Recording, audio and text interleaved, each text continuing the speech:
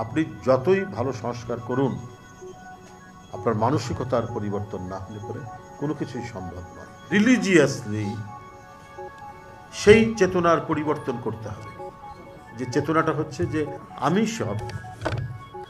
সব, আমার দল সব, আর অন্য কিছু নাই। এই চেতনার পরিবর্তন যদি ঘটানো যায় তাহলে আপনার অবাধ সুষ্ঠু নির্বাচন সম্ভব। আপনি যতই ভালো সংস্কার করুন, আপনার মানসিকতার পরিবর্তন না হলে পরে কোনো কিছুই সম্ভব নয়।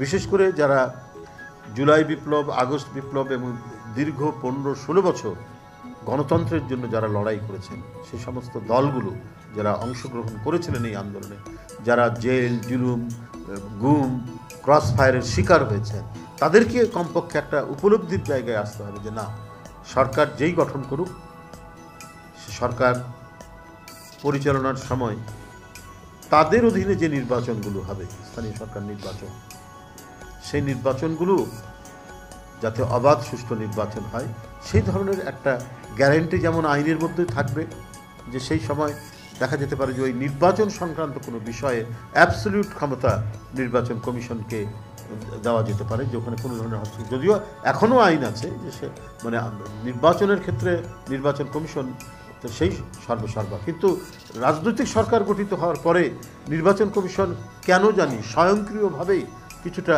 মানে অধীন হয়ে পড়েন, পরাধীন হয়ে পড়েন।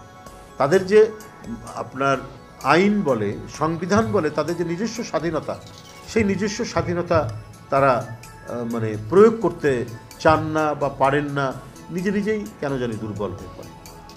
তো সুতরাং দেখা যায় দলীয় সরকারের অধীনে নির্বাচনের সময় তখন অনেক ক্ষেত্রেই হস্তক্ষেপ হয়, অনেক ঘটনা ঘটে। তো সুতরাং সংস্কারের ক্ষেত্রে এখানেও আমাদের একটা এমন প্রভিশন থাকা দরকার যে হ্যাঁ, দলীয় সরকার থাকবে কিন্তু নির্বাচন কমিশন আপনার পরিপূর্ণ স্বাধীনতা ভোগ করবে।